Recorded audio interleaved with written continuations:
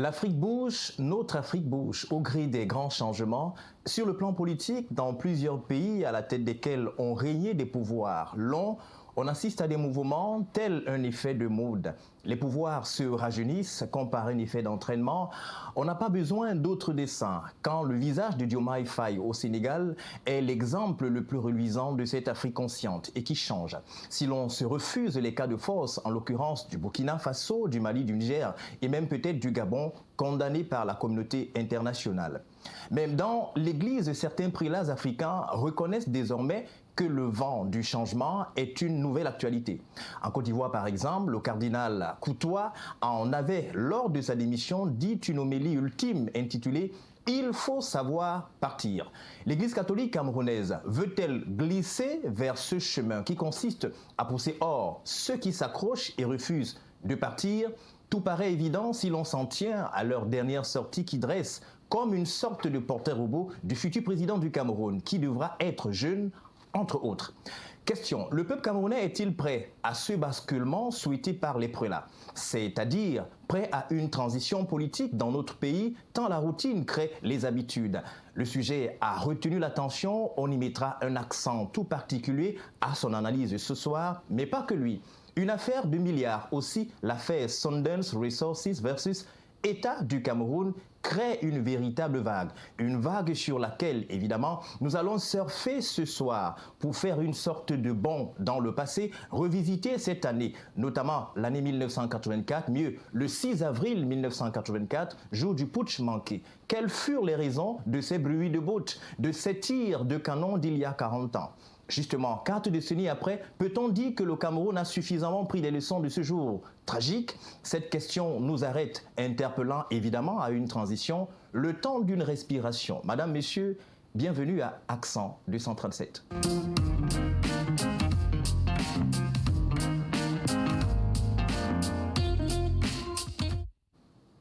Vous nous l'avez demandé et nous le faisons. Une sorte de pêche à la baleine, semaine après semaine. Nous restons notamment dans une logique de vous satisfaire, évidemment, au mieux ou encore au gré de vos demandes. Et ce soir, nous avons un parterre d'intelligence qui vont donc justement concourir ensemble pour nous amener à comprendre ou alors à décrypter ces sujets que nous avons triés sur le volet. Ils sont juristes, publicistes, ils sont évidemment politologues, ils sont entre autres porte-parole, notamment des partis politiques légalisés au Cameroun. On essayera chacun sous sa lunette de nous dire ce qu'il perçoit. D'abord, sur ce plateau, disons bonsoir et souhaitons la bienvenue au professeur Louison Isomba. Professeur, bonsoir.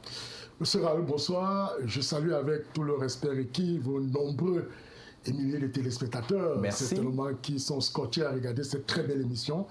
Permettez-moi de saluer César Nongré, parce qu'ils peuvent aussi refuser le salut. Les autres compagnonnistes que je connais très bien et que vous aurez l'honneur de présenter tout à l'heure. C'est un plaisir d'être sur votre plateau. J'ai manqué dimanche dernier. Mais en raison de ce qu'on connaît, voilà, un malencontreux événement qui est survenu. Oui. Par la grâce de Dieu, je suis là ce dimanche. Merci, professeur Louison Isomba. Tout à côté de vous, nous avons un homme bien connu de l'espace médiatique camerounais au regard de ses prises de parole et surtout de ses arguments aussi poignants. Docteur Patrick Rifoué, bonsoir. Rappelons au passage que vous êtes communicant pour le Rassemblement démocratique du peuple camerounais, RDPC en abrégé. Bonsoir à Xavier, bonsoir à Louison, bonsoir à Christian et bonsoir à tous ceux qui me reçoivent chez eux ce dimanche après-midi. Alors, en face de vous, vous avez évidemment celui que j'appelle affectueusement, mais ne reprenez pas l'expression, je le dirai peut-être en off. Christian Diop, vous êtes le porte-parole du PCRN, c'est le Parti camerounais pour la réconciliation nationale. Bonsoir et bienvenue sur le plateau de Accent 237. Bonsoir Raoul Xavier, bonsoir mes co-discutants, aux aînés que je connais également très bien. Bonsoir aux nombreux téléspectateurs qui nous regardent. Je voudrais ici saluer les populations de Bétois qui ont réservé un carton plein hier à l'honorable président Cabral lors de la cérémonie dédicace de l'ouvrage Ce que j'ai vu, le manifeste de la rupture et du progrès, qui est en réalité notre offre que nous vendons aux citoyens électeurs camerounais en 2025. Alors, votre offre, on aura l'occasion de revenir là-dessus, sur cette offre-là. Mesdames, Messieurs, cette semaine, comme nous l'avons dit en préambule, nous aborderons 3 thématiques. La première, c'est effectivement cette thématique liée notamment à cette sortie des évêques, la conférence épiscopale du Cameroun, qui ont dressé une sorte de portrait robot de ce que pourra être le prochain président du Cameroun pour la bonne marche et surtout pour relancer, redémarrer la machine du développement du Cameroun. Et tout au long de cette semaine, évidemment, nos experts et surtout nos analystes se sont penchés sur la question. Jean-Paul Chouniat y a d'ailleurs posé une analyse avec l'appui de la régie. On aura peut-être le temps d'y revenir. Mais avant, en guise de mise de contexte, professeur Louison Issoumba, Christian Ndiok, docteur Patrick Rifoué, au sortir de leur conférence épiscopale, les évêques du Cameroun ont dressé un certain nombre de critères, entre autres l'intégrité, l'humilité, la modestie, la consolidation de l'unité nationale, la lutte contre la corruption, la capacité à gérer les crises, la capacité à écouter, à dialoguer, à respecter l'état de droit et des libertés. C'est pratiquement au total 10 critères. Et à nous de vous poser la question, professeur, est-ce qu'en l'état actuel, on a un Camerounais qui remplit toute cette conditionnalité ou encore tous ces critères? C'est à l'image des 10 commandements. Pratiquement. Voilà. Monsieur Raoult-Xavier, vous savez, un état de droit, un état dit développé, est animé par plusieurs institutions. Et cette animation ne relève pas que des institutions, parce qu'il y a des corps sociaux qui interviennent. Et qui, lorsqu'ils interviennent, ces corps sociaux intègrent ce que je vais appeler la classe politique. Et dans cette classe politique, on peut donc humblement citer les dirigeants syndicaux, les leaders des partis de l'opposition, les intellectuels, les chefs traditionnels, les fonctionnaires civils. Et vous avez bien entendu, en fin de liste, les autorités religieuses. Tout à fait. Et vous savez, lorsqu'on intègre la classe politique, il faut pouvoir remplir 3 conditions. La première condition, c'est d'avoir un certain savoir, c'est-à-dire une certaine intelligence, un niveau d'intelligence qui permette justement d'appréhender le contexte politique et de maîtriser, si vous voulez, l'environnement politique dans lequel on vit. Le deuxième élément, c'est avoir des moyens de pression sur le pouvoir établi, c'est-à-dire le pouvoir central. Et le troisième élément, qui est le dernier, c'est bien évidemment d'avoir des intérêts à défendre. Alors, dans le contexte camerounais, on se rend bien compte que les relations entre l'Église et l'État sont toujours marquées d'une empreinte soit de confiance, soit de méfiance. Et dans le contexte camerounais, cela ne date pas d'aujourd'hui. L'histoire nous renseigne que depuis la colonisation, depuis 1840 jusqu'en 1852, avec Alfred Sacker, et vous avez vu l'Église catholique qui s'est implantée en 1890 au Cameroun. Et à partir de là, on s'est rendu compte que l'Église a une influence totale sur le pouvoir établi. Je vais vous dire, les autorités, on les appelle généralement les autorités morales transcendantales, c'est-à-dire qui ont un pouvoir prophétique. À partir de là, on se rend compte que ces autorités rentrent un peu dans ce qu'on pourrait appeler comme des éléments constitutifs d'un État dans un État. Parce que quand vous regardez très bien aujourd'hui, l'Église participe au même titre que l'État à la prestation des affaires publiques. Par exemple, sur le domaine de la santé, sur le domaine de l'éducation. Les écoles. Moi, je vais vous dire, à l'époque, lorsqu'un parent était sérieux, il ne vous envoyait pas dans une école publique ou dans une école privée. On vous envoyait dans des écoles confessionnelles. Pourquoi? Justement parce qu'on estimait que là-bas, il y a de la rigueur. Il y a de la rigueur, par exemple, je vais vous dire, moi au collège Sabaya Bafia, les cheveux ne poussaient pas comme ce que vous avez sur la tête. C'est-à-dire qu'on était rasé comme dessus, le crâne nu, et les tenues étaient propres. C'était une rigueur militaire? Non, pas militaire. C'est-à-dire que vous savez, lorsqu'on veut acquérir le savoir, il faut être vestimentairement bien mis. Alors, on se rend donc bien compte que, de manière principielle, c'est-à-dire l'Église ne doit pas s'intégrer dans la direction des affaires de l'État. Mais il advient des moments où cela devient une nécessité. C'est-à-dire presque une obligation pour l'Église d'intervenir. Parce que vous savez, du fait de leurs actions et du fait de leurs interventions, les églises participent justement de la conscientisation des masses. Oui. Vous allez voir, il y a certains villages ici aujourd'hui où on ne connaît pas le sous-préfet, par exemple, mais on connaît l'homme de l'église, que lorsqu'il y a un problème, un contentieux, un litige, c'est l'homme de l'église qui vient régler le cas. Et à partir de là, on se rend bien compte que l'église doit sortir de ce qu'on peut appeler l'enfermement, c'est-à-dire des affaires purement religieuses pour s'intéresser à la fonction politique. Et c'est la raison pour laquelle, aujourd'hui, l'Église joue une fonction politique d'opposition. Pourquoi ? Parce qu'on se rend bien compte que l'idée des partis politiques, les Ndjok, les bien d'autres, les Braba Libi, les Maurice Kamte, ainsi de suite, ont des difficultés à exercer leurs libertés fondamentales. Mais cette tolérance est accordée aux hommes de l'Église. Parce que vous allez voir, les hommes de l'Église mettent facilement les libertés d'association, d'expression en jeu. Oui. Pourquoi ? Parce que le constat est clair. On se rend bien compte qu'on a plus peur de la soutane que de la toge ou bien de la veste. Et cela fait de sorte que aujourd'hui, qu'on le veuille ou pas, l'Église joue un rôle fondamental dans l'influence d'abord vis-à-vis de l'État et dans la vie des citoyens camerounais. Je finis, je ne fais pas monopoliser la parole, je finis en vous indiquant une sortie. Vous savez que Monseigneur Jean Zoa, à l'époque, avait condamné la corruption. Il a eu une riposte sévère de l'État. Le président Ahidjo et plus tard le président Paul Biya ne l'avait plus reçu. Mais celui qui a pris la relève, c'est Monseigneur l'archevêque Albert Dormo, qui, le 15 décembre 1963, fait une sortie en indiquant ceci, je vais le citer. Il dit « L'État ne doit pas croire que l'Église va faire un évangile, j'allais dire, désincarné. Parce que on va toujours parler du ciel, des anges. Comme si la terre n'existait pas. Comme si les réalités sociales et vitales n'existaient pas. Et il estime que l'évangile n'est pas une théorie, mais c'est une vie qui intéresse l'homme, le citoyen camerounais, la famille et tous ceux qui vivent dans un État organisé. C'est ce qui peut donc justifier, à mon sens, la sortie de l'Église au Cameroun, qui mérite, j'allais dire, qui bénéficie, en dehors des leaders des partis de l'opposition, d'une certaine tolérance administrative.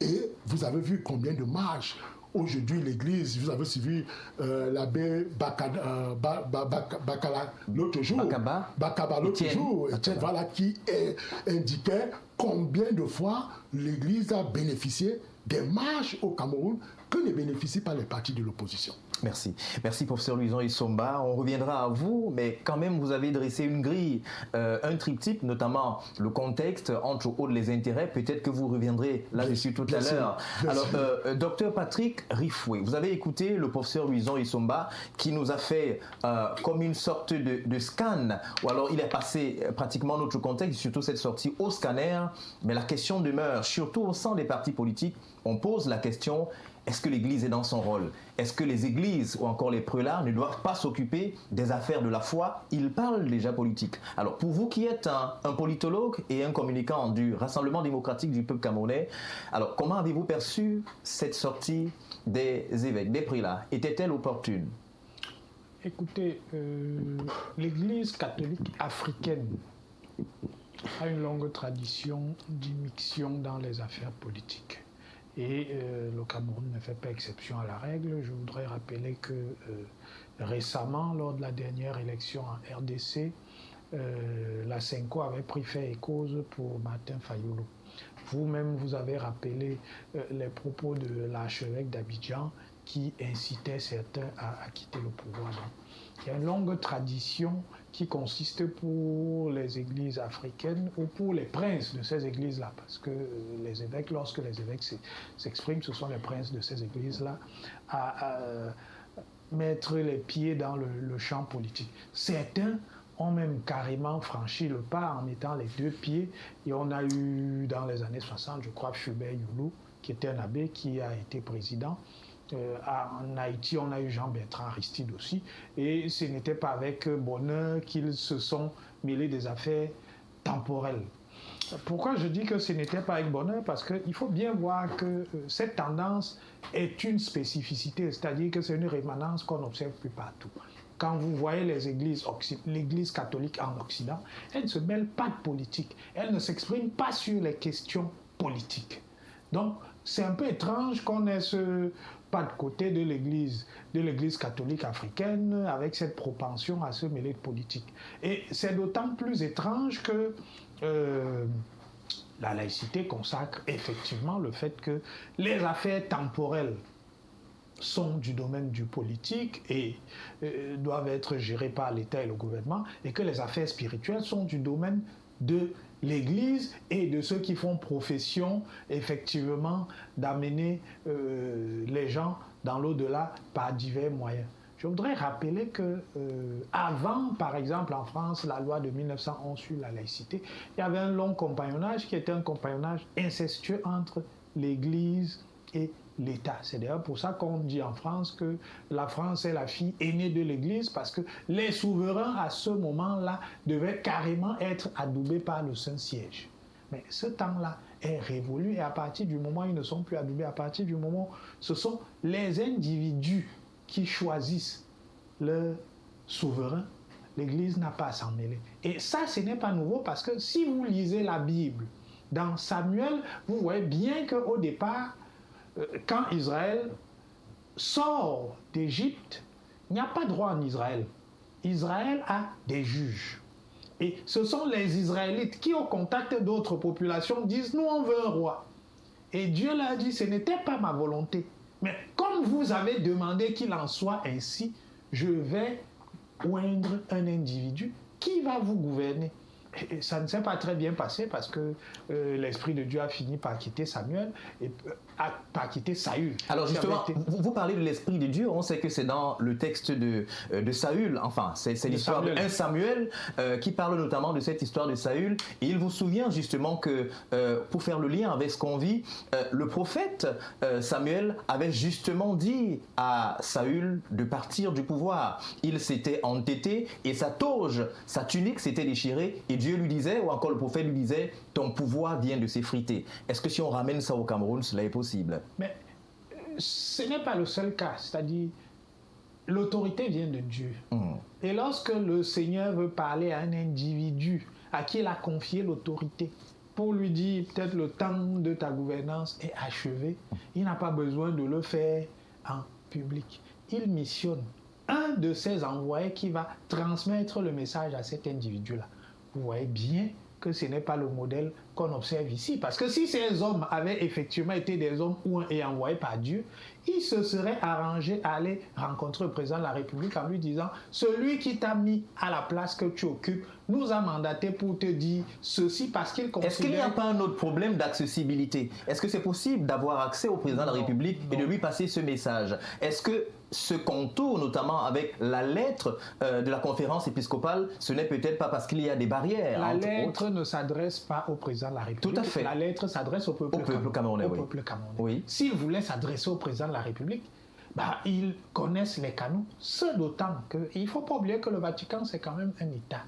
Et le Vatican a un représentant officiel. Donc, quand bien même les évêques auraient des difficultés à rencontrer le président de la République rencontre régulièrement le nonce apostolique. Et même si le président venait à ne pas vouloir le rencontrer, il y a le ministre des Relations extérieures qui prendrait le courrier et qui l'acheminerait à son destinataire. Donc, je dis, il y a une immixtion que je trouve malvenue. Et elle est d'autant plus malvenue que l'Église fait face à un certain nombre de challenges dont on voit bien qu'elle n'est pas capable de les résoudre avec succès. Lesquels ?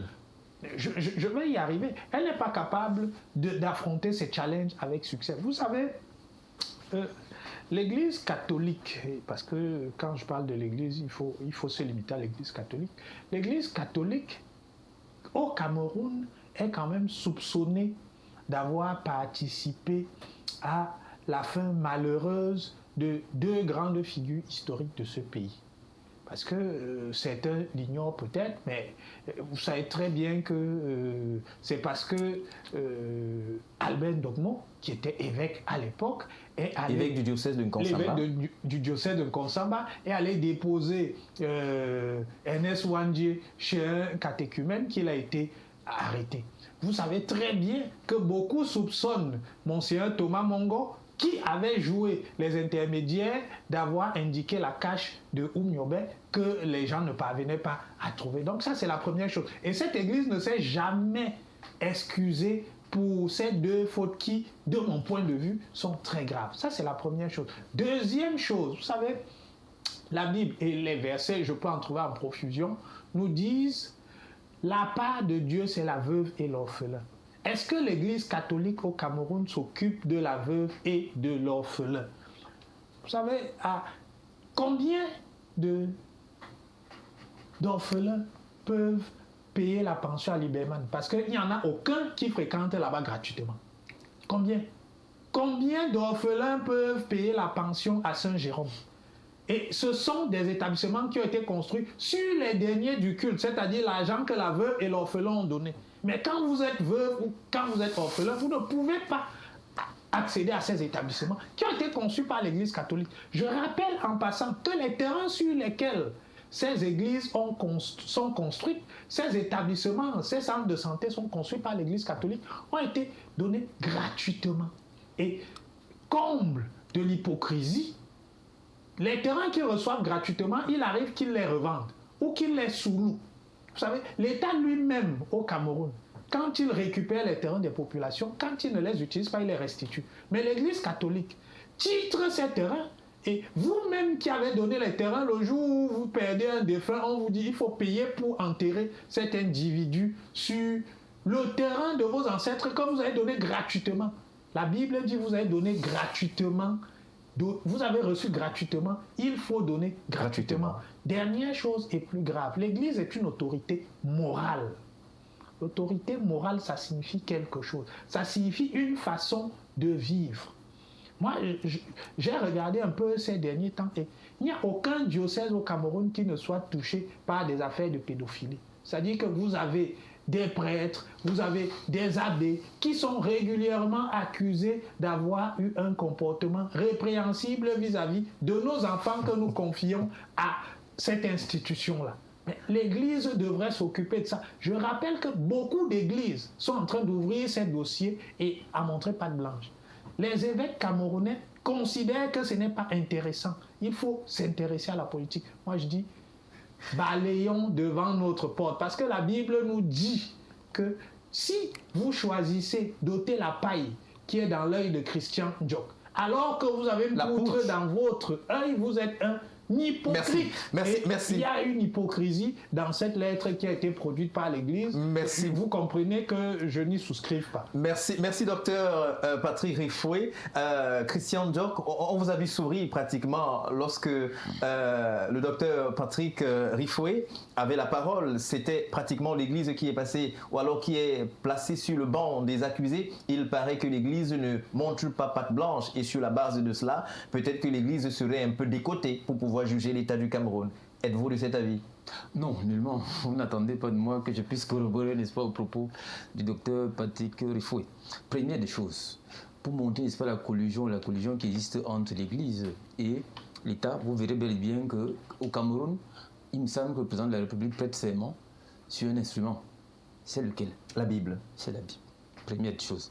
Donc on ne peut pas venir ici vous dire évidemment qu'il faut couper des relations ou quoi que ce soit. Deuxième élément, avant de construire mon argumentaire, il y a trois types, pour reprendre la triptyque, n'est-ce pas, du professeur Somba, trois types de règles qui existent au sein d'une société. Il y a les règles morales, il y a les règles sociales et les règles de droit.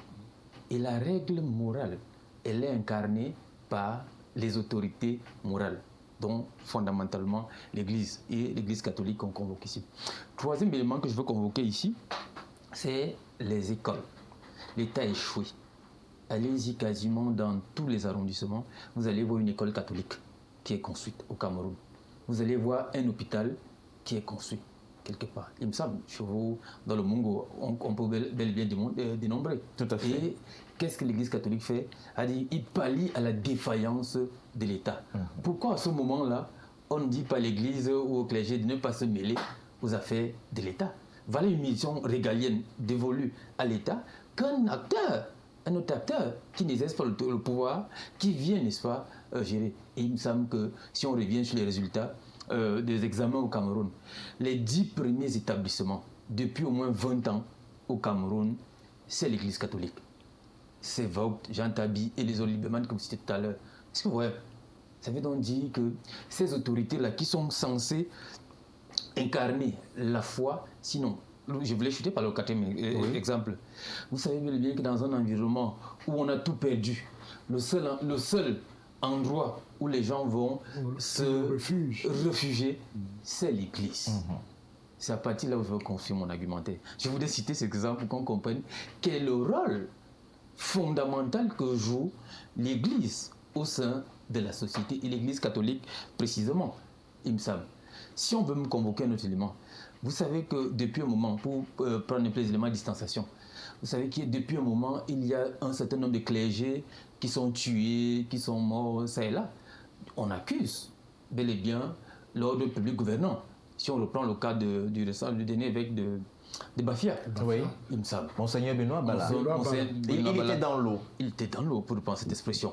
Vous savez, n'est-ce pas, on est allé en conjecture et autres. On n'a jamais eu ces résultats d'enquête jusque-là. On ne comprend pas pourquoi depuis un moment, docteur Patrick Fouet, vous allez me dire, pourquoi on tue les clergés au Cameroun. Et donc, je reviens dans l'exemple que j'ai cité tout à l'heure pour dire que quand on va se réfugier quelque part, ou bien quand vous allez chez quelqu'un, il est censé vous trouver des solutions. Et l'Église dit donc que celui qui est censé trouver des solutions, c'est évidemment l'ordre dirigeant, l'ordre gouvernant. Et en l'espèce, l'ordre dirigeant camerounais semble être dépassé, anachronique, parce qu'il ne répond plus aux aspirations sociales. Et donc l'Église, qui est un acteur, comme l'a dit le professeur Souba tout à l'heure, un acteur qui participe au développement, au même titre que l'État. Parce qu'ici, si on veut ranger en termes d'hôpitaux et écoles, qui parfois fait plus que l'État du Cameroun même, globalement, ne se sent donc indexés. Et si vous avez bel et bien lu leur dit commandement, vous voyez bel et bien qu'il me semble au 34e paragraphe, il convoque la question de la foi, ces éléments qu'il convoque. Pourquoi le pays le plus corrompu? Pourquoi le pays qui fait le plus gabegie, le tribalisme, ainsi de suite? Ou bien quand même il vous demande qu'il faut un président avide, un président qui soit à même de pouvoir sillonner le pays au moins une fois l'an. Qu'est-ce qui est mauvais, docteur Patrick Fouet? Qu'est-ce qui est mauvais dans ce qu'ils disent? Mais Christian, allez, vous n'êtes pas sans ignorer qu'en ce moment... Donc, je non, je ne vous coupe pas. Vous n'êtes pas sans ignorer. Vous m'avez posé une question. Je sais que c'est une question rhétorique, mais je préfère vous répondre rapidement, comme ça vous allez poursuivre votre développement. L'Église catholique. C'est ça que vous voulez parler du pape. L'Église catholique qui veut nous dire quel est le profil de l'homme qu'il faut choisir pour gérer le Cameroun. Les évêques devraient commencer par nous dire quel est le profil de l'homme qu'il faut pour gouverner le Vatican. On y reviendra, docteur Patrick. Vous attendez. Parce que les mécanismes d'évolution et d'exercice de pouvoir ne sont pas les mêmes. C'est-à-dire c'est deux environnements bien distincts. Vous ne pouvez même pas les comparer. Il n'existe même pas de comparaison dans cet environnement-là. C'est un peu comme vous allez demander de convoquer un chef de village et un président de la République qui lui les aide sans mandat, confié par le peuple. C'est différent d'une question d'héritage ou de foi, de désignation. C'est pas la même chose. Donc là, quasiment, c'est du haut sujet. Moi, je reviens à votre problématique. Je dis bien, l'Église catholique, nous, au niveau du parti Cameroun pour la réconciliation, en tant que politique, moi, je veux bien parler de notre parti politique. Nous, on a lancé une opération, la foi, la voix. La foi, la voix, et je vous l'ai dit, revenant, n'est-ce pas, le 34e paragraphe, qui demande, n'est-ce pas, aux hommes de foi. Et on sait bel et bien que quand on a peur, la crainte de Dieu, dans ces commandements, que ceux qui ont la crainte de Dieu ne vont pas tricher les élections, ne vont pas détourner l'expression souveraine des Camerounais, et donc qu'ils constituent ce socle des citoyens à travers tout le Cameroun. On a besoin de nous fournir peut-être 10 représentants dans les 30 000 bureaux de vote qu'on aura par là, ceux qui auront, la crainte de Dieu, ceux qui voudront évidemment le changement, et vous verrez que les résultats qu'on a souvent là ne sont pas là. Non, nous on salue l'action, n'est-ce pas, des prélats. On attend des autres congrégations religieuses, ou du moins, on attend, n'est-ce pas, les imams, on attend les autres d'emboîter le pas aux églises, aux évêques de l'église catholique ici, qui demandent le changement. Tout le monde le veut. Votre problématique de fond, c'est est-ce que les citoyens sont à même? Alors justement, c'est une question. C'est une question. Vraiment, j'ai envie de dire, la question ne se pose plus. Oui, tout le Cameroun est épris de changement. Nous voulons rompre, n'est-ce pas, avec cette soixantaine d'années de malgouvernance et de gabégisme et ce qui nous a plombé dans l'environnement dans le marasme économique dans lequel on se trouve à ce moment. Si vous êtes dans un environnement qui ne parvient plus à payer ses fonctionnaires, à payer ses prestataires, l'État est quasiment à terre, c'est les affrontements entre communautés qu'on vit tous les jours, du moins, tout le monde est tourné à changer de cap, à changer de paradigme. On n'en veut plus du régime de Yaoundé, de Paul Biya. Est-ce qu'avec vous, on peut faire un bond dans le passé, c'est-à-dire revenir aux 7 dernières années, par exemple, pratiquement en 2018, les populations avaient ce même discours, mais on sait évidemment qu'à la suite des élections, les résultats étaient pratiquement sans appel. Le président de la République a encore raflé la mise. Est-ce que dans ce contexte-là, lorsqu'on regarde ces cas de figure qui sont anciens, qui n'exemptent pas quand même que 2025 soit la même chose, d'où la question de le peuple est-il prêt? Est-ce que les mêmes causes produisant les mêmes effets dans les mêmes conditions de température et de pression, est-ce qu'on ne va pas vivre la même chose, c'est-à-dire un peuple qui parle de bouche, mais qui finalement vote l'homme du 6 novembre? Vous n'avez qu'à voir l'engouement sur l'inscription sur les listes électorales que les citoyens le font. Si vous faites une comparaison avec 2018, vous allez voir que le peuple, on ne parle que changement. Allez-y dans la rue, allez-y voir, n'est-ce pas, la clameur populaire et la clameur sociale. Tout le monde veut, n'est-ce pas, que ça change. Et un autre élément, en 2018, si vous faites 7 ans de moins, le président de la République me semble avait 85 ans. À date, il a 92 ans. Il est vieux. On ne l'a presque plus jamais vu. On ne le voit presque plus jamais. Il peine à marcher. Ça dit que ce ne serait pas un parjure que de le dire, ou alors un manque de respect au président de la République. Il est au soir de sa vie. S'il y a 7 ans, on pouvait encore lui accorder, n'est-ce pas, une once de respect ou quelque chose de là. À date, on sait bel et bien qu'il n'exerce plus le pouvoir. On sait que c'est quelqu'un d'autre qui exerce le pouvoir. Ah ben c'est trop dire, c'est quand même trop dire.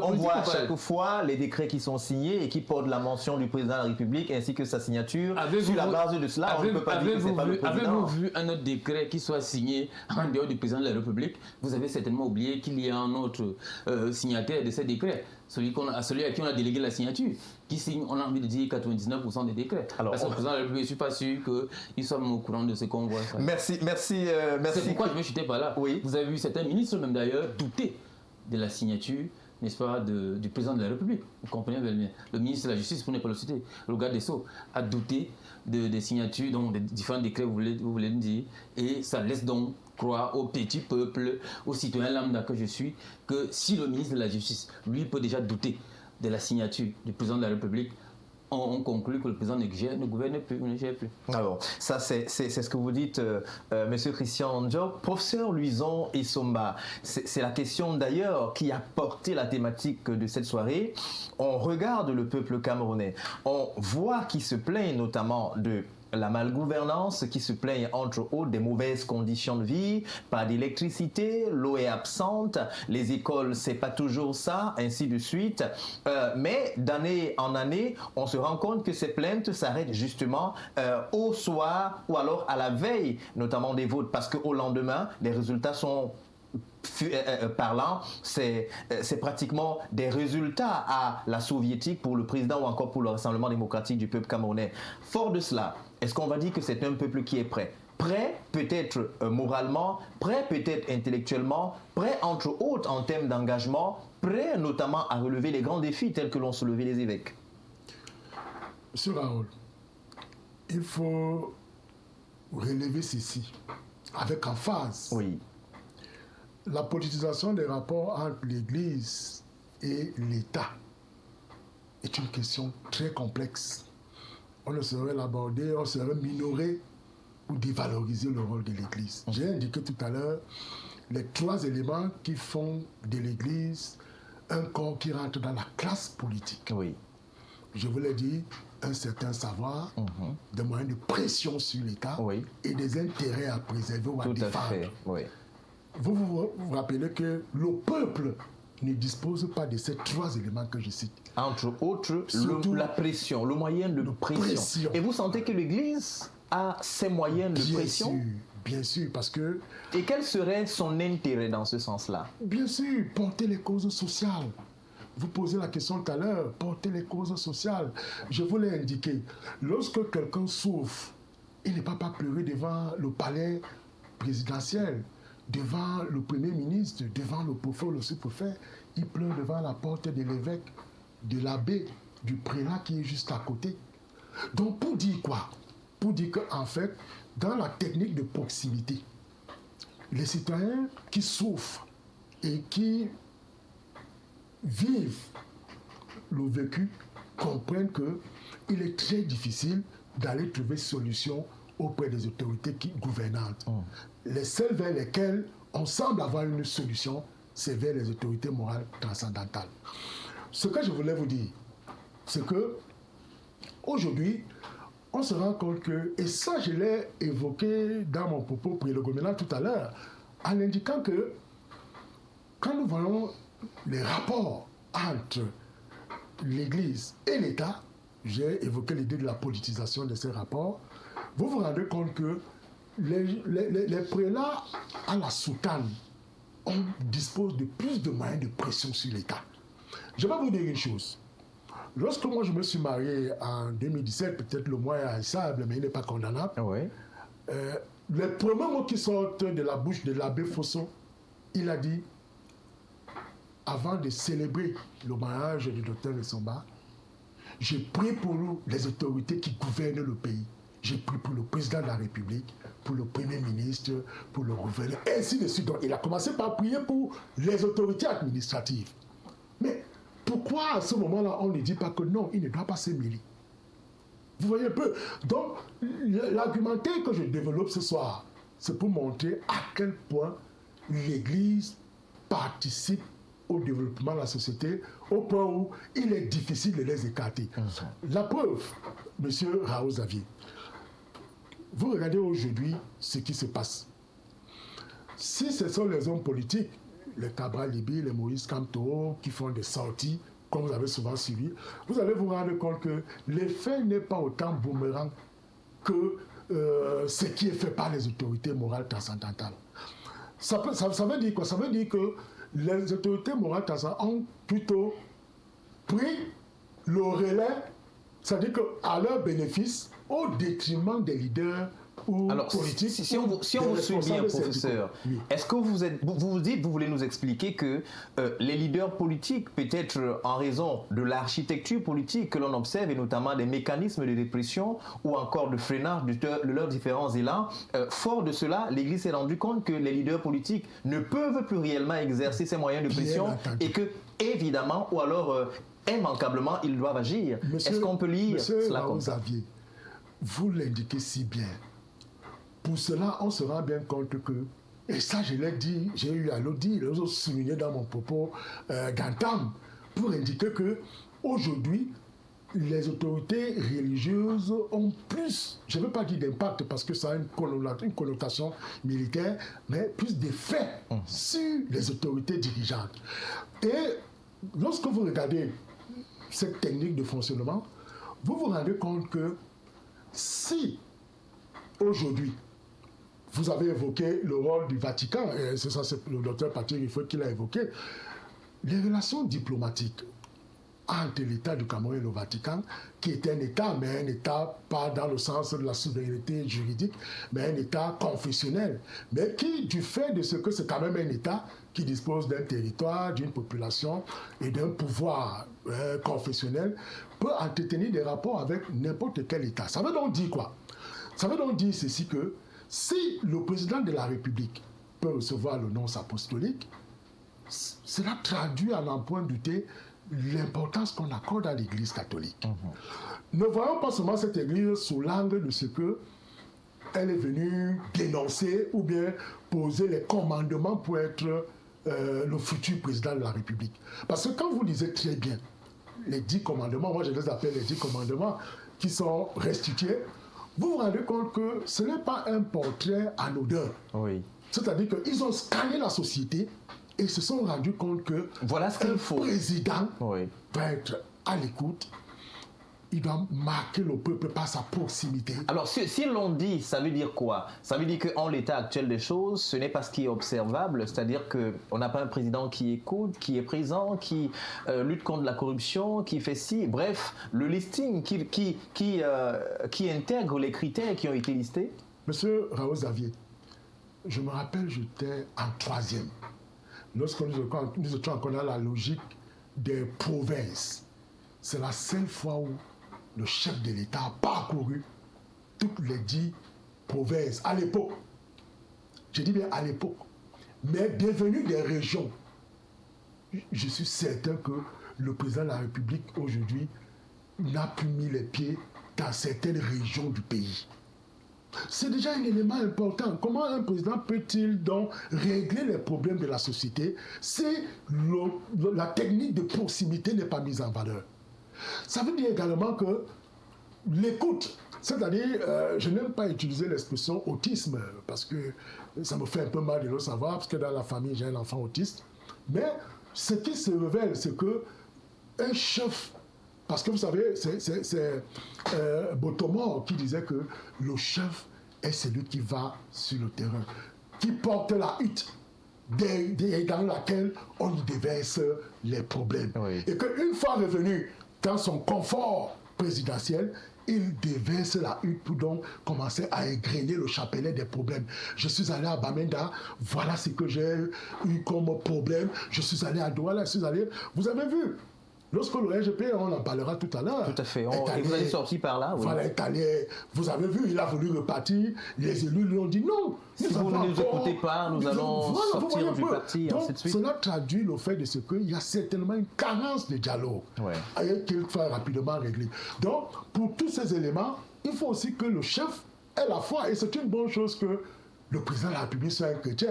Je vous dis... Fils de catéchiste, d'ailleurs. Je vous révèle quelque chose. S'il était resté à l'église, peut-être c'est qu'il est aujourd'hui le pape noir qui sera au Vatican. Merci. Merci, professeur Bison et Soba. On revient à vous, docteur Patrick Rifoué. Vous avez entendu, d'ailleurs, dans votre propos initial, vous passiez pratiquement l'église au tribunal, mais dans cette lettre, notamment du conseil épiscopal, il disait, entre autres, quelques éléments que nous avons retenus, et nous allons les citer mot pour mot. Nous ne tenons pas à rappeler aux chrétiens en particulier que la véritable foi et l'espérance chrétienne ne consistent pas seulement à implorer la bénédiction de Dieu, mais aussi à œuvrer pour la justice et la paix. Ça, c'est un des éléments que nous avons capté. Et le deuxième élément, et non moins intéressant, pas moins intéressant, ils disent, je cite, si le Seigneur ne bâtit la maison, les bâtisseurs travaillent en vain, en citant effectivement le psaume 126, le premier verset. Est-ce qu'on peut se dire que c'est sur la base de ces éléments forts quand même que les prélats se sont appuyés pour justement apporter ces critères, ces 10 critères qui semblent être les critères qui vont déverrouiller la machine du Cameroun? Ouais, j'ai lu ce texte et je ne voulais pas en faire l'exégèse, mais... Vous avez 38 paragraphes, 3 versets bibliques. Bon, c'est quand même étrange pour le propos des princes de l'Église. 3 versets bibliques. C'est de la philosophie. Ce n'est pas fondé dans les Écritures, je suis désolé. Parce que si c'était fondé dans les Écritures, en 38 paragraphes, ce n'est pas 3 versets bibliques que tu aurais. Ce d'autant, quand des versets bibliques qu'ils utilisent, c'est pour réfuter la thèse qu'ils trouvent pas acceptable, puisque pour eux, ils ont le droit, ils considèrent qu'ils ont le droit de se mêler des affaires temporelles. Je rappelle que l'une des raisons pour lesquelles les Juifs ont refusé de considérer Jésus comme le Messie, c'est qu'ils attendaient un individu qui viendrait les libérer du joug romain. Jésus l'a-t-il fait? Jésus ne l'a pas fait. Et quand il parlait de détruire le temple et de le reconstruire, en 3 jours, ça n'avait rien à voir avec la domination romaine. Il est arrivé, il a prêché la repentance, il est reparti. Les Juifs étaient toujours sous la même domination. Moi, je suis surpris que les princes de l'Église nous disent que le principal, c'est de s'occuper du temporel. Je dis non, parce que quel que soit celui qui se retrouve à Etoudji, et quelles que soient les transformations qu'il puisse apporter au Cameroun, ce n'est pas ce qui garantit le salut. Et l'essentiel du message de l'Église, c'est de garantir le salut. Est-ce que le comportement des prêtres, est-ce que le comportement des évêques garantit que le maximum d'individus se répandent aujourd'hui? Moi, je voudrais simplement rappeler, et ensuite vous me permettrez de revenir sur un propos qui a été tenu par Christian. Je voudrais simplement rappeler que le nombre d'enfants qui sont des progénitures des prêtres est en train d'exploser. Et ce sont des gens dont l'éducation est une éducation approximative. Donc moi, je suis désolé que ceux qui sont là pour s'occuper de conduire les gens au paradis le fassent. C'est ça le principal. Quand ils auront convaincu 80% des Camerounais de suivre le chemin du paradis, qui est un chemin étroit et sinueux, effectivement, ils pourront s'occuper d'autre chose. Actuellement, la moisson est importante et les ouvriers sont peu nombreux. Et je constate que le peu d'ouvriers qu'il y a, ils sont dans la distraction au lieu de s'occuper de la moisson. Pour revenir à ce que Christian disait, je voudrais rappeler que moi, je venais parce que je pensais que l'abbé Bakaba était là, je venais avec les 10 commandements du choix du pape. Pourquoi je viens avec les 10 commandements Alors, du choix du pape? il faut quand même qu'on le rappelle, l'abbé Étienne Bakaba, que nous avons d'ailleurs contacté, il nous a fait savoir qu'en raison d'un certain nombre d'occupations, et notamment de cette messe qu'il devait dire le soir, il n'a pas pu être des nôtres, mais nous promet quand même que les prochaines fois seront les bonnes. Ok, donc je voudrais rappeler que, contrairement à ce que Christian pense, le pape est élu. C'est un scrutin avec un corps électoral réduit, mais le pape est élu. Et on constate.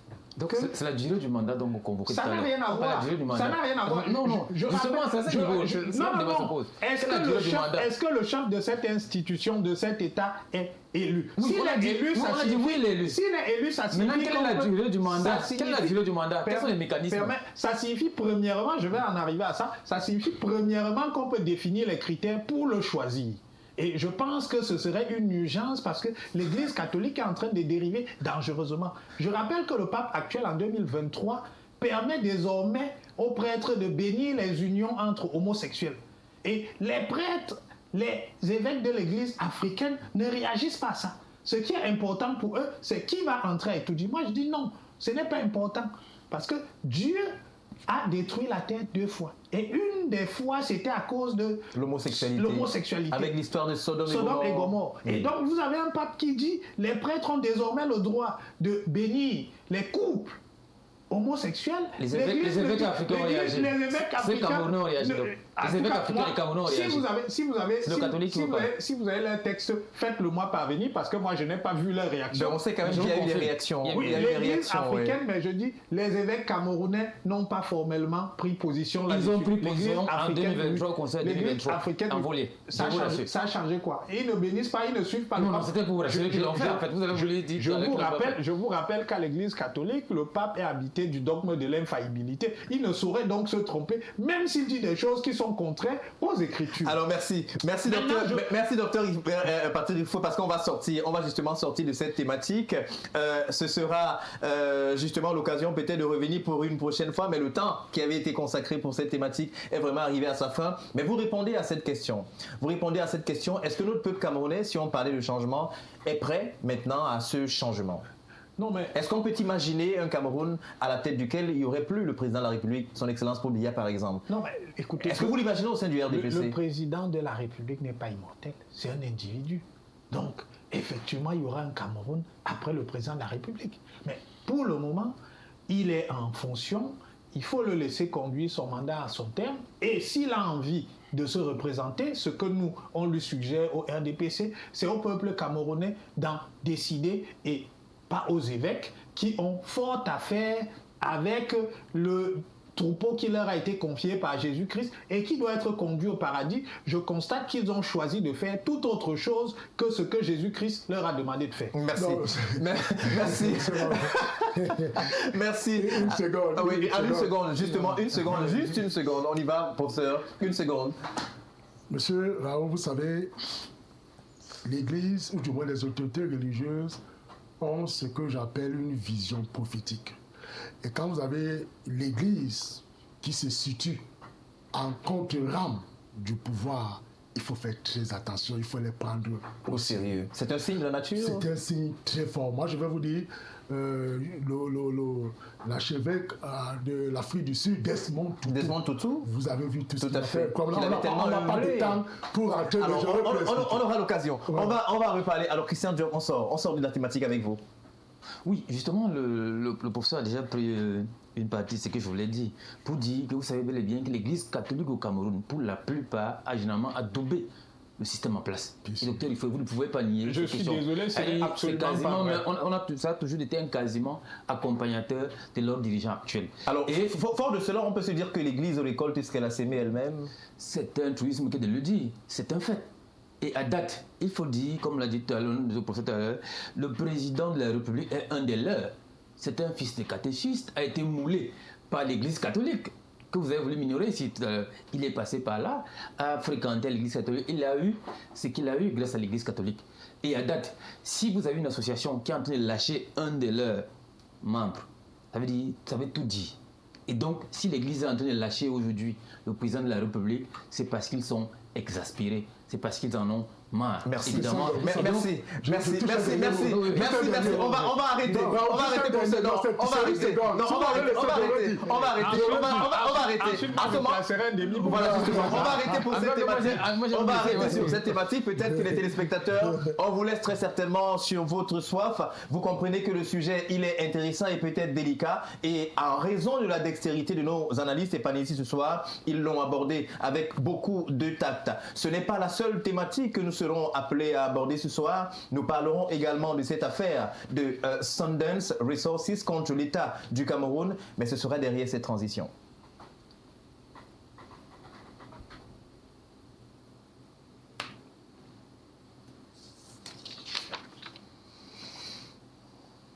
Pas le retour. Voilà, de retour sur le plateau, professeur Louison et Somba, peut-être que c'est avec vous qu'on est tenu de commencer cette thématique parce qu'elle a un rapport avec le droit et notamment le droit international. Oui. Alors cet élément que nous avons préparé avec l'analyse de Jean-Paul Choumian, malheureusement nous ne pourrons pas l'avoir, mais on part quand même sur un certain nombre de bribes pour remettre les choses dans leur contexte exact. On parle aujourd'hui de l'affaire Sundance Resources contre l'État du Cameroun. Et pour ceux qui nous suivent, on a envie de poser la question, c'est même quoi cette histoire de Sundance Resources et l'État du Cameroun? On parle entre autres du fer de Mbalam, on cite d'autres entreprises, entre autres, je crois c'est Haute-Sino, mais de quoi il s'agit exactement? Pourquoi ce procès à la Chambre arbitrale de Paris? Oui, il se pourrait que, pas qu'il se pourrait, c'est une évidence, l'État du Cameroun est entré devant cette institution juridictionnelle pour essayer de régler les problèmes liés aux faits et bien d'autres que vous avez cités tout à l'heure. Mais la question de fond, ce n'est pas tant cela, mais le fond de la question, c'est le paiement des honoraires du cabinet qui ira défendre le Cameroun du côté de Paris. Alors, il se passe donc qu'il y a un ping-pong qui se joue entre le ministère de la Défense, j'allais dire la justice et garde des Sceaux, oui, et la présidence de la République. En l'occurrence, le secrétariat général. Le ministre d'État, secrétaire général de la présidence de la République. Ferdinand Gongo. Alors, il se passe que, du fait du principe de la spécialité compétentielle, c'est-à-dire des compétences, c'est le ministère de la Justice qui doit choisir l'avocat et, bien évidemment, gérer ses honoraires. Ça, c'est ce qu'on appelle la spécialité des compétences liées, rattachées au ministère de la Justice. Alors, vous avez suivi la réaction du secrétaire général de la présidence de la République à la suite, justement, de l'intervention du docteur Jean de Dieu Momo. Et la note du secrétaire général de la présidence de la République est suffisamment claire. Elle dit ceci: évitez à l'avenir de prendre certaines initiatives sans vous en référer. Enfin, je paraphrase. Oui, tout à fait. Alors, il se pose donc que le ministre des Finances, qui était prêt donc à déduire les sommes pour le paiement des honoraires de cet avocat, a été stoppé net par une sortie du ministre de la Justice, garde des Sceaux, lui rappelant que ce n'est pas une affaire qui relève de la présidence de la République, mais du ministère de la Justice. Alors, ce qu'il faille repréciser, et le contexte s'impose, c'est quoi? C'est que le ministre secrétaire d'État, de la présidence de la République, a une double casquette. Et ça, il faut le dire ce soir. Protocolairement, il est membre du gouvernement. Parce qu'il est ministre d'État. Donc, ça veut dire qu'il est membre du gouvernement sur le haut plan protocolaire. Oui. Maintenant, au plan fonctionnel, c'est un membre de la présidence de la République. Ce n'est pas tant le problème. Le problème, c'est simplement qu'il a bénéficié d'une délégation permanente de signature qui fait de lui, comme le disait Zari Somba, un bombo, un colère, un vice-dieu, un vice-président. Cela fait de sorte qu'il y a donc un basculement de l'exercice, j'allais dire un basculement institutionnel du pouvoir qui est beaucoup plus au bénéfice, qui tend beaucoup plus au bénéfice du secrétaire général de la présidence de la République, j'allais dire collaborateur de confiance du chef de l'État par rapport aux autres institutions. C'est d'où le bras de fer que nous sommes en train de vivre actuellement. Et je veux vous dire, les conséquences sont extrêmement graves. Alors justement, on voudrait en savoir. Peut-être qu'on aura l'occasion de revenir sur ces conséquences. Déjà, on vous l'a dit. Oui. Le représentant, l'avocat qui devait défendre l'État du Cameroun n'y était pas. Vous voyez déjà que c'est assez grave. L'affaire a été renvoyée. Donc, sur le plan économique, diplomatique, on peut avoir des lourdes conséquences. Mais ce qu'il faut préciser, monsieur Xavier Raoul, vous savez, aujourd'hui, lorsque vous écumez le décret de 2011, du 9 décembre 2011, qui réorganise la présidence de la République, vous vous rendez compte que ce décret confère au RGPR des pouvoirs énormissimes. Je n'ai pas dit énorme, mais énormissime. Alors, si on s'en tient à ce décret, oui. Est-ce que le SGPR est dans son rôle de pouvoir interdire à un ministre, fût-il ministre de la Justice, et notamment un pan de la question judiciaire qui le concerne, est-ce qu'il est dans son rôle? Monsieur Raoul, de manière principielle, non. Parce qu'il y a le principe de la spécialité des départements ministériels. C'est-à-dire que chaque département, vous savez, dans la catégorisation, nous avons 3 types de départements ministériels.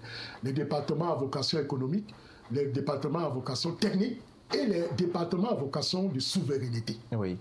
Et quand cela est dit, vous vous rendez compte que les principes qui structurent le gouvernement, on va vous dire le principe de la collégialité, le principe de la solidarité gouvernementale et même le principe de la participation gouvernementale. Vous avez parlé de solidarité. On semble ne pas voir cette solidarité-là maintenant.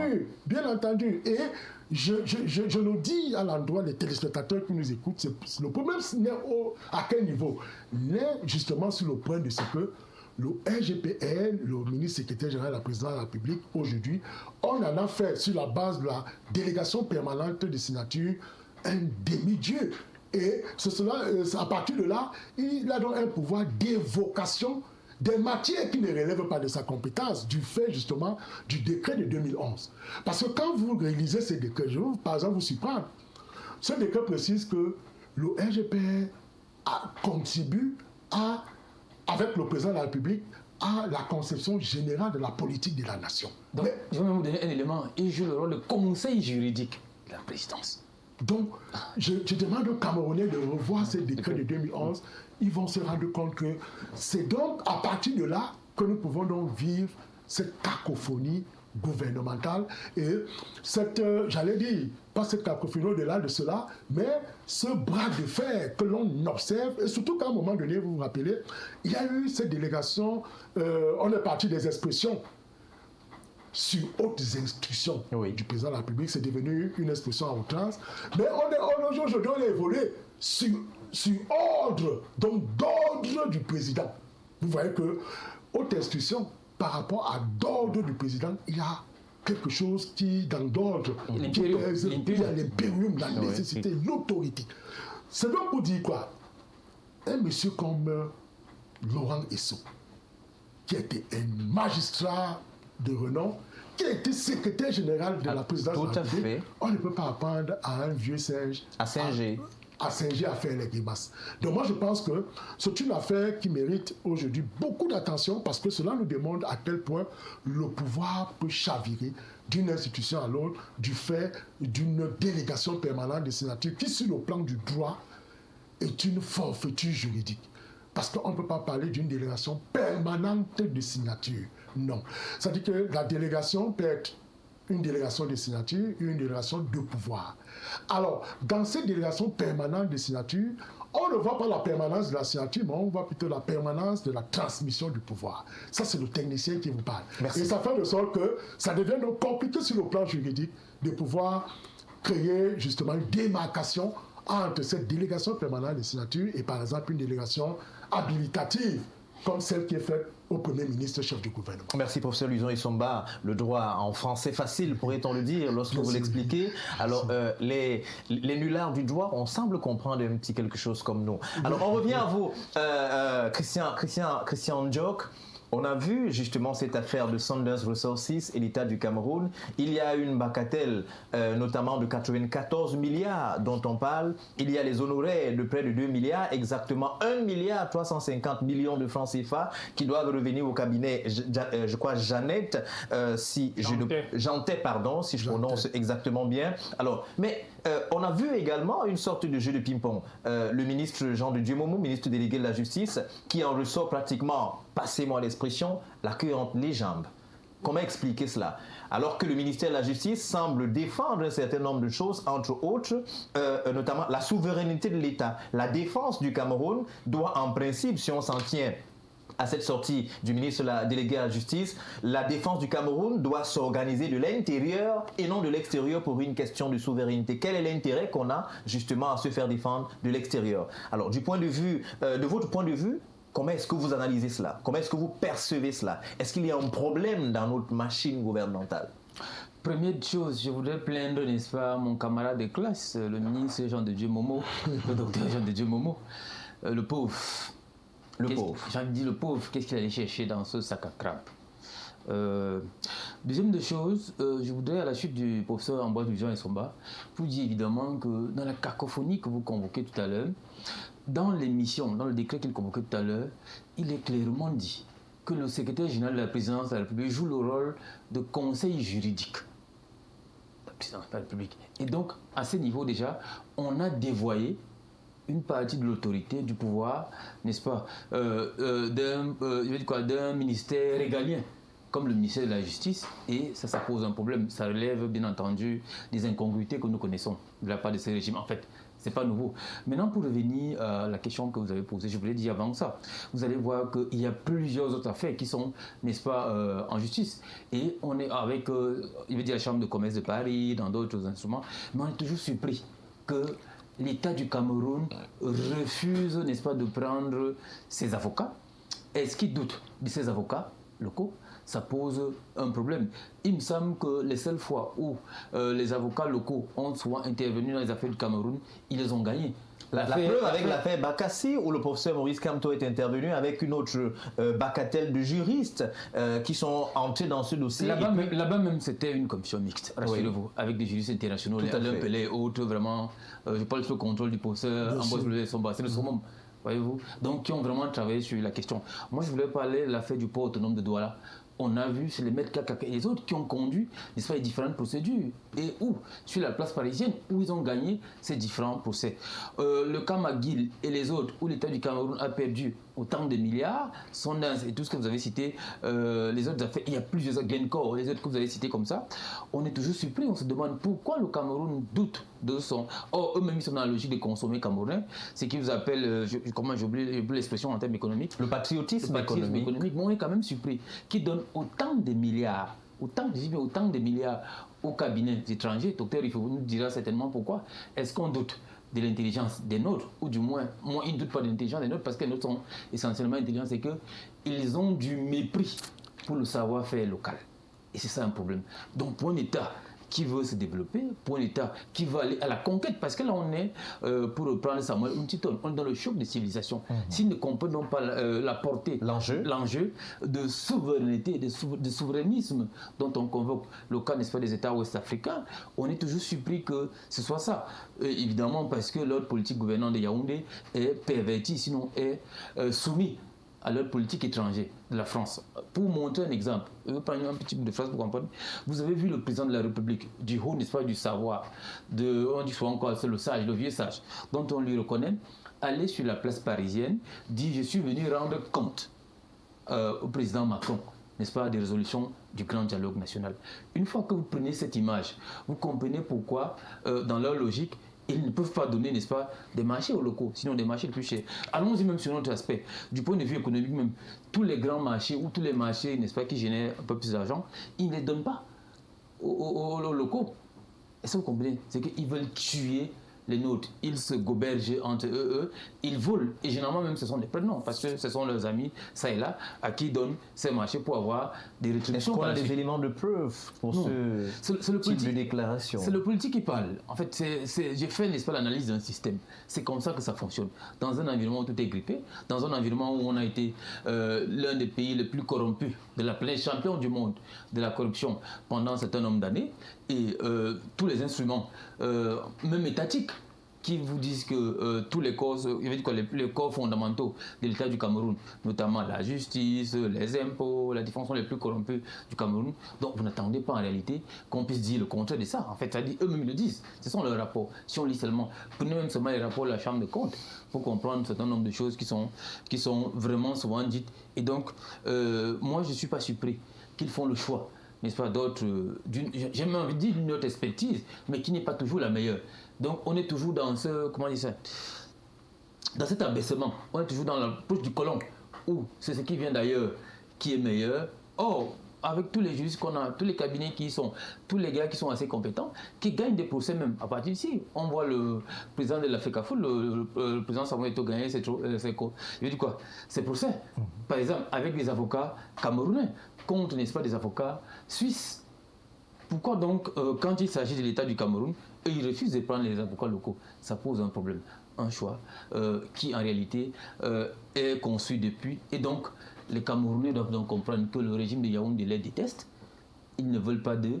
Il ne manque une seule chose à faire, c'est les booster out. Merci. Christian Ndjok. Alors, Dr Patrick Rifoué, nous revenons sur cet élément, notamment de Sundance Resources, pour mettre un tout petit peu nos téléspectateurs dans le bain. Alors, en mars 2006, Sundance annonce justement qu'elle a acquis 100% d'intérêt dans la compagnie camerounaise Cam Ion. Et puis, le 18 décembre 2008, le Cameroun et l'entreprise australienne signent donc un accord pour le développement du projet du fer de Mbalam. On se souvient également qu'en 2006-2021, qu'entre 2006 et 2021, l'entreprise n'est pas parvenue justement à convaincre les partenaires techniques qu'ils devaient donc construire, entre autres, 500 km de rails ou encore d'une ligne ferroviaire entre Kribi et Mbalam, et aussi la construction d'un terminal au port en eau profonde de Kribi. Et justement, en 2021, le Cameroun contacte d'autres partenaires. Est-ce que sur la base d'un certain nombre de choses, on ne peut quand même pas dire que le Cameroun avait raison de résilier ce contrat ou alors d'arrêter ce contrat? Parce que pour ceux qui nous suivent, voilà le nœud gordien du problème, et c'est justement en cela que le Cameroun est traîné en justice aujourd'hui par l'entreprise Sundance Resources.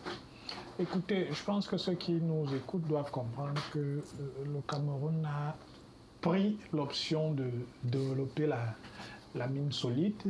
Nous produisons du pétrole, nous produisons du gaz, mais notre potentiel minier n'était pas suffisamment exploité jusque-là, et je crois qu'il y a deux mines qui sont en train d'entrer en production en 2025, la mine chinoise et puis celle de Dieudonné Bogné, dont les travaux sont suffisamment avancés.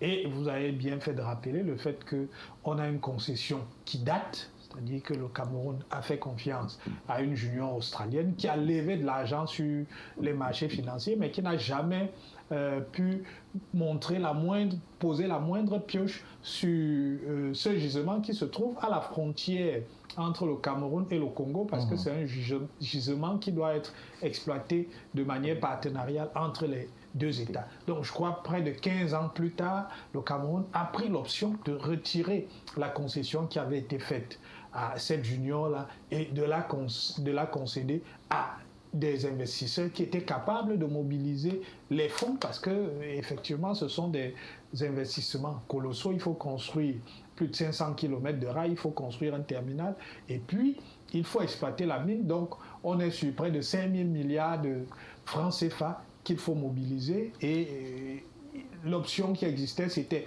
continuer à faire confiance à des gens qui font de la spéculation ou trouver des gens qui nous disent non, nous on peut y aller, on ne cherche pas, si on cherche l'argent sur les marchés, c'est pour développer la mine, parce que l'ensemble du projet, c'est plus de 5 000 emplois qui vont être créés. Et effectivement, la junior australienne a contesté la décision du gouvernement camerounais et c'est elle qui a attrait l'État du Cameroun devant la chambre d'arbitrage de la Chambre de commerce internationale de Paris. Et au sein du gouvernement, il y avait deux options. C'est-à-dire qu'il y avait deux positions relativement à cet arbitrage. Une option considérait qu'il fallait négocier un accord amiable. Et c'est justement cette démarche que le docteur Jean de Dieu Momo a d'ailleurs souligné parce qu'il a écrit à la présidente de la République. On se souvient que le 3 mars, il a fait une note qu'il a adressée à la présidente de la République et le 27 mars dernier, le secrétaire général à la présidente de la République a dit justement que le président de la République, Paul Biya, a adressé son refus. Donc il faut forcément aller au procès. Est-ce que, on dit souvent dans le jargon proverbial camerounais ou africain, un mauvais arrangement vaut mieux qu'un bon procès. Quel intérêt a-t-on à aller dépenser quand même des milliards à l'extérieur? Pourquoi on ne veut pas l'arrangement? Oui, mais ce que j'essayais d'expliquer, c'est qu'à partir du moment où il y a deux possibilités, il faut que quelqu'un tranche. Et celui qui tranche, ce n'est pas le gouvernement qui tranche, c'est le président de la République, parce que ça engage l'État du Cameroun. Donc, que les ministres aient X ou Y position, il y a quelqu'un qui tranche et c'est le président de la République. Et quand le président de la République a tranché, tout le monde s'aligne sur cette position-là. Connaissant justement la sagesse du président de la République, est-ce qu'on peut se dire qu'il a une longueur d'avance et il a les éléments sur lesquels il pourra s'appuyer, notamment, on parlait là de 2001, de 2006 à 2025, 19 ans. Est-ce que sur la base de ces différentes années-là, le Cameroun pourra gagner? Je considère que si l'option d'aller au procès est l'option qui a été retenue par le président de la République, c'est parce que les éléments dont il dispose leur donnent de croire que effectivement l'issue devrait être heureuse. Je voudrais simplement rappeler que ce type de situation, on l'a déjà eu toujours dans le secteur minier relativement à ce qui se passait avec Codco, où il y avait une divergence entre la position de la SNH et la position du secrétaire général de la présidence de la République, et le président avait arbitré alors en faveur de la position du secrétaire général de la République. Moi, je dis, c'est sain. Je voudrais quand même préciser, parce que vous n'en avez pas fait mention, que le choix du cabinet a été fait par le ministère de la Justice. Alors, mais justement, il y a une lettre qui a circulé où le docteur Jean de Dieu Momo disait que le ministère de la Justice n'a été associé en aucun moment, de près ni de loin. Je suppose, puisque il y a un courrier qui atteste de ce que, je crois, c'est un courrier de 2021 ou 2022, qui atteste de ce que c'est le ministre de la Justice qui choisit ce cabinet. Peut-être que cette objection-là est relative au montant des honoraires. Je préfère supposer, peut-être que cette objection-là est relative au montant des honoraires, mais c'est le ministère de la Justice qui a choisi le conseil. Donc, premièrement, il n'y a pas vraiment d'empiètement. Maintenant, à partir du moment où une option est retenue, il faut explorer l'option jusqu'au bout. Moi, je fais confiance à la sagesse du président de la République. Je précise quand même, et c'est la dernière précision que je voudrais donner, que même si il y a un ministère de la Justice, au secrétariat général de la présidence de la République, il y a un conseiller technique en charge des questions judiciaires. Donc, quand les dossiers juridiques, quand les dossiers arrivent, ils sont retraités par ce conseiller technique-là qui fait une note, parce que le président ne lit pas 50-100 pages, qui fait une note, et c'est sur la base de cette note-là que le président arbitre. Le président a arbitré, je crois que même le ministre délégué auprès du ministre de la Justice en a pris acte. Il faut considérer que le Cameroun ira faire défendre ses intérêts par le cabinet qui avait été choisi par le ministère de la Justice. Il faut le préciser, le cabinet n'a pas été choisi par le secrétaire général de la présidence de la République. Merci docteur Ifoué.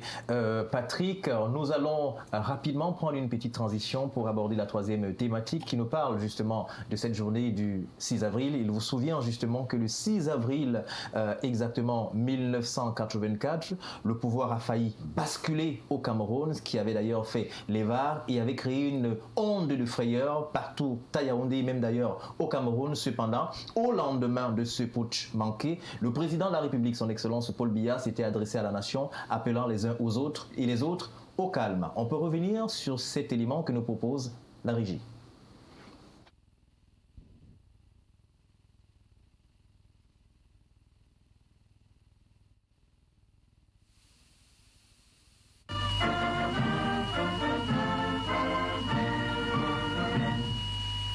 Camerounaises, Camerounais, le Cameroun vient une fois de plus de traverser une période délicate de son histoire. Hier, en effet, le 6 avril, vers 3 heures du matin, des éléments de la garde républicaine ont entrepris la réalisation d'un coup d'État concrétisé par la coupure des liaisons téléphoniques, l'occupation des points stratégiques ou sensibles de Yaoundé, palais de l'unité, immeuble de la radio, aéroport, etc., avec pour finalité la mainmise par la violence sur le pouvoir politique. Les unités régulières de notre armée nationale demeuraient fidèles aux institutions et qui avaient reçu des ordres pour enrayer le coup de force, conduisir le combat avec méthode et détermination et aboutir en fin de matinée de ce jour à une victoire complète. Le calme règne sur toute l'étendue du territoire national. Et c'est le lieu pour moi de rendre un vibrant hommage à ces unités de notre armée pour leur engagement et leur attachement à la légalité républicaine. Enfin, je demande à toutes les Camerounaises, à tous les Camerounais et à tous ceux qui résident dans notre pays de garder leur calme et de poursuivre leurs activités de développement économique et social de la nation. Vive le Cameroun!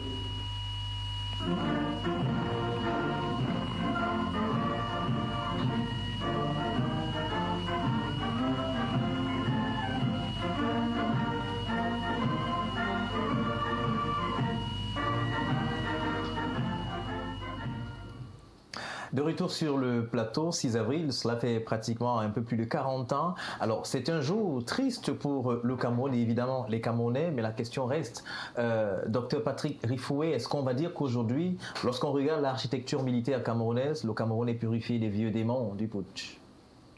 Écoutez, purifier des vieux démons du putsch, le risque zéro n'existe pas.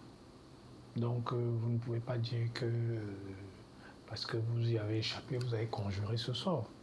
Je vous rappelle qu'en 2021, je crois, il a failli y avoir un coup de force aux États-Unis, où des individus sont entrés au Capitole et ont refusé de reconnaître les résultats sortis des urnes. Donc, si ça peut arriver dans une démocratie aussi vieille, ça peut encore arriver dans une démocratie aussi vieille que les États-Unis, pourquoi ça ne pourrait pas à nouveau arriver ici? Alors, les mécanismes sont pris justement pour pouvoir contenir ou alors avoir de l'avance? Avoir de l'avance, mais écoutez, ce sont les mécanismes classiques, hein, c'est-à-dire premièrement le renseignement prévisionnel, deuxièmement, il faut toujours compter sur le sens du patriotisme des hommes, des gendarmes. Et je crois qu'ils en ont fait la démonstration. Vous savez, les études montrent quand même que la probabilité qu'un coup de force ait lieu dépend aussi des antécédents.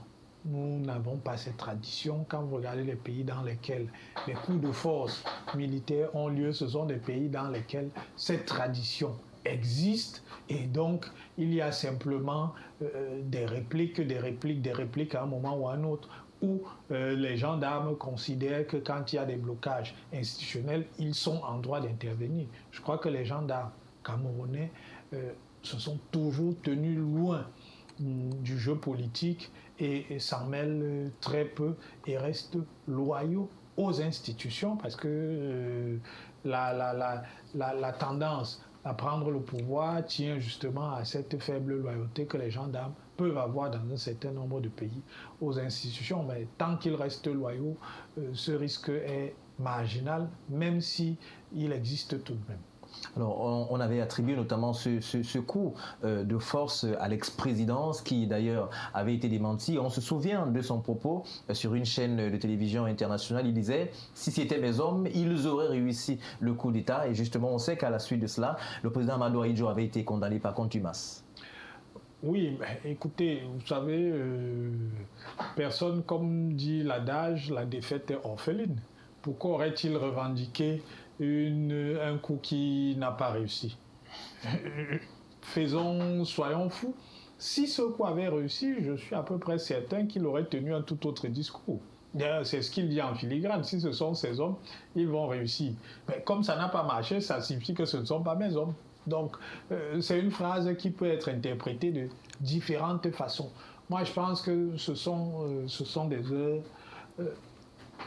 non pas qu'il faut évacuer, mais il faut se souvenir de ce que cette situation, ce qui a mené à cette situation, c'est quand même une crise à la tête de l'État parce qu'il y avait une forme de bicéphalisme de fait. Alors, sur le plateau ici, vos discutants ont parlé notamment d'une crise sociale. Est-ce que la crise sociale que traverse le Cameroun aujourd'hui, c'est pas là un indicateur fort, un des indicateurs qui pourrait peut-être amener ou encore concourir à un tel? Ils sont responsables de leurs analyses. Il y a des difficultés auxquelles nous sommes confrontés, mais parler de crise sociale, c'est un gros mot. Et je me réserverai d'utiliser ce terme-là. En revanche, ce que je dis, c'est qu'à ce moment-là, il y a une crise politique, il n'y a pas une crise sociale, il y a une crise politique entre le président de l'UNC qui considère qu'il faut que le parti prime sur l'État et certains qui considèrent que l'État ne peut pas être assujetti au parti. Et c'est cette situation, et chaque camp avait ses partisans, c'est cette situation qui a malheureusement mené à cette tentative de prise du pouvoir par la force.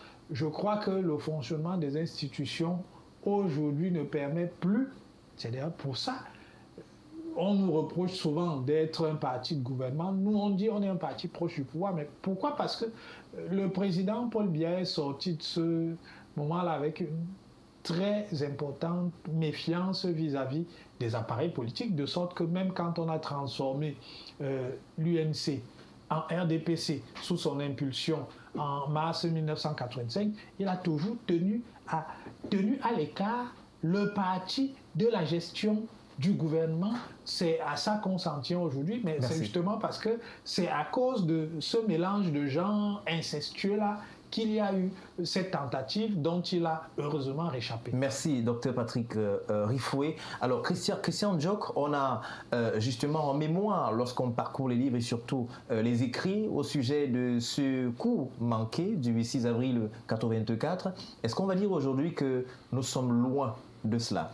Est-ce que c'est un lointain souvenir?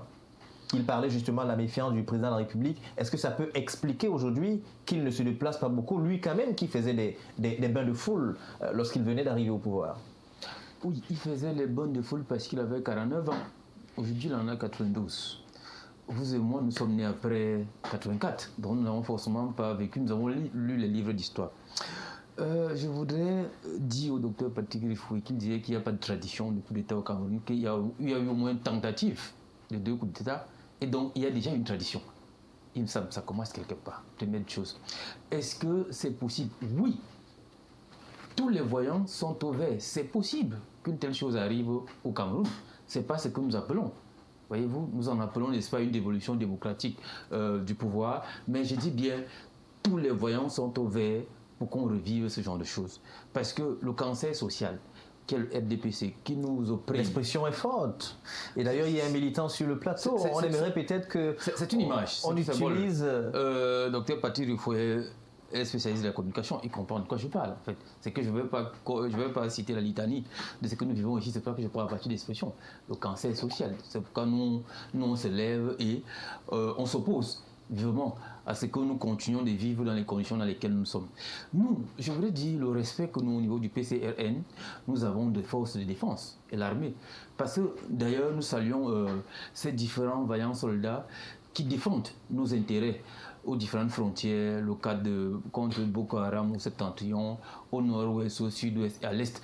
À date, on a quasiment 6 régions qui sont en proie à la question de sécurité, où nos 20 soldats sont au front. Et nous saluons d'ailleurs ces soldats. Et nous leur rappelons, comme le président l'a toujours dit, que dans un environnement où les libertés et la démocratie est embastillée, l'armée et la justice sont deux corps sociaux sur lesquels nous nous comptons. Parce qu'en réalité, c'est eux qui doivent mettre les bornes. C'est le curseur à partir duquel on doit, n'est-ce pas, se référencer. Parce qu'il nous semble que c'est possible que cela arrive. Le cas du Gabon, le cas du Burkina Faso, le cas des autres pays. Quand, n'est-ce pas, ces soldats arrivent au pouvoir où ils font de putsch, ils vous disent qu'ils défendent quoi? Ils défendent les institutions. Ils défendent la constitution qui est dévoyée par l'ordre public gouvernant. Et eux, ils participent. En fait, c'est un rôle. C'est un rôle démocratique, socialistique, c'est républicain. Ce qu'ils font. Et tous les coups de putsch, pour nous autres qui avons fait sciences politiques, on sait que je parle sous le contrôle de le professeur Sombra, à qui j'ai dit merci parce que c'est lui qui m'a souvent envoyé dans les salles d'études parfois le remplacer. Et lui l'a enseigné, on l'a enseigné. Elle dit tous les coups de putsch ne sont pas négatifs, certains sont salutaires. S'il arrivait par exemple au Cameroun à date, je ne suis pas sûr que si vous faites un vox pop demain dans la rue, sur 100 personnes, je ne suis pas sûr que 90 seraient contraires. Nous ne souhaitons pas que cela arrive. C'est pourquoi nous en appelons évidemment l'ordre gouvernant actuel de mettre les bases, les conditions, les règles du jeu pour que, n'est-ce pas, on puisse sortir de ça. Parce que sinon, cela rôde. Parce que quand vous faites les commentaires, dans vos émissions, même radio, c'est là, quand les gens en appellent, ainsi de suite. Moi, j'ai suivi des émissions aujourd'hui. Quand nos grands-parents se remémorent, n'est-ce pas, de cette situation, on vous dit pourquoi ils avaient raté, n'est-ce pas, en 1984. Ça fait peur, n'est-ce pas, qu'on entend ce genre de choses. Nous, on ne veut pas que ce genre de choses arrivent. Et donc, nous saluons cette armée, mais nous leur rappelons toujours que... Vous sortez par là? Nous leur rappelons toujours qu'ils sont la borne. Quand, n'est-ce pas, l'immoralité a atteint un niveau fondamental, ils doivent réagir. Merci. Alors, professeur Louison Isomba, vous avez ouvert et vous allez d'ailleurs fermer, c'est un principe. Alors, on parlait là du 6 novembre 84. Le 6 avril, pardon, 84, il y a 41 ans. Est-ce que le risque zéro n'existe plus qu'on vive ce genre d'événement? Monsieur Raoul, qu'il soit manqué ou qu'il soit réussi, un coup d'État a toujours des conséquences néfastes. Oui. Première conséquence, c'est sur le président lui-même. Un monsieur qui était extraverti, il faisait du petit vélo, des bains de foule, qui est devenu un monsieur introverti. On a pu voir le président, après ce coup d'État manqué, se laisser aller dans un bain de foule. C'est devenu extrêmement rare. Or, vous avez vu ce que fait Oliguen Nguema depuis un bout. Il va dans les bars, dans les gargos, il boit avec monsieur tout le monde. Et même d'ailleurs au Burkina Faso, on voit le capitaine Ibrahim Traoré qui va à la mosquée sans se faire signaler et prie non pas en première loge, mais dans la foule avec monsieur tout le monde. Monsieur Raoul, je vais vous dire une vérité. La probabilité d'un coup d'État aujourd'hui au Cameroun est peut-être mince, mais elle n'est pas exclue. Elle peut être mince, mais elle n'est pas exclue. Elle n'est pas mince, donc. Non. Tous les voyants sont... Attends, je vais justifier. Je vais justifier mes propos, mes arguments. Mais simplement parce que jusqu'ici, nous voyons la loyauté de l'armée au pouvoir central de l'État. On voit cette loyauté. On voit que le cordon sécuritaire, la ceinture sécuritaire, c'est davantage renforcé parce qu'on a quitté la garde républicaine à la garde présidentielle. C'est du symbole. Ça démontre qu'il y a un renforcement d'une ceinture sécuritaire autour du chef de l'État.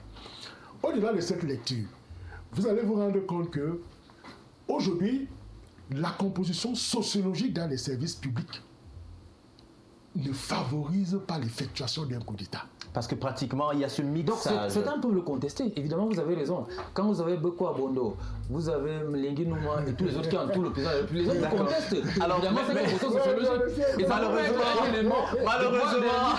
malheureusement, à la régie, l'on nous annonce que nous sommes tenus de mettre un terme à ce programme. Le temps nous a un tout petit peu rattrapé. Merci à vous, Christian Diop, pour votre argumentaire aussi poignant, percutant et même alléchant. également. Merci docteur Patrick Rifoué pour votre présence. On sait que vous étiez extrêmement occupé. Vous également, Christian Diog, rappelons que vous sortez de Yabassi et vous avez tenu à être avec nous infiniment. Merci. Docteur Patrick Rifoué, merci.